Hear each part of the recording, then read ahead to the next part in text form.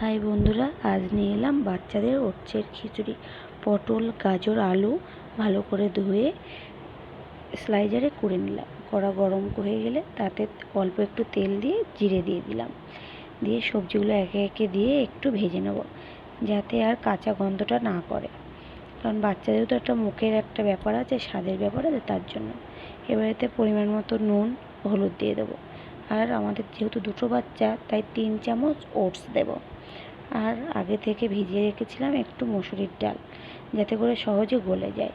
সেটা ধুয়ে নেব, নিয়ে একসাথে মিশিয়ে জাস্ট একটু হালকা করে নেড়ে নেব। নেড়ে নিলে কি কাঁচা গন্ধটা চলে যাবে। এবার একটু জল দিয়ে দেবো, দিয়ে ফুটতে বসিয়ে দেবো। হয়ে গেলে লাস্টে একটু গরম মশলার গুঁড়ো, একটু মিষ্টি, একটু ঘি দিয়ে পরিমাণ মতো নামিয়ে নেব। নামিয়ে নিলেই আমার রেডি বাচ্চাদের ওটসের খিচুড়ি।